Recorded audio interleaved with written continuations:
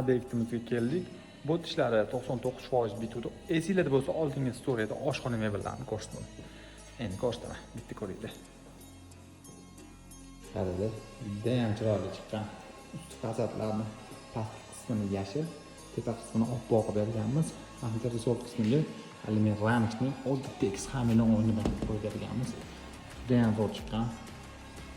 Ko'rib turganingizdek, toshlarini ko'rasizlar. Eng sifatlisi chiroylisidan qo'yib berganmiz. Va farqlarni ham qo'shib berganmiz.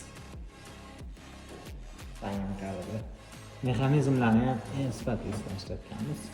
Ushlarning rangi o'ziga juda ham mos tushgan. Bitta xonadon qo'yib xudo xohlasa bo'ldi. Ko'rayotgan bo'lsangiz, bu qismi sal kichkinaroq bo'lib qolgan, lekin ancha zo'r ish ko'radigan qism. Shunga ishonchli bo'lsa, albatta dengiz aloqa chiqadi.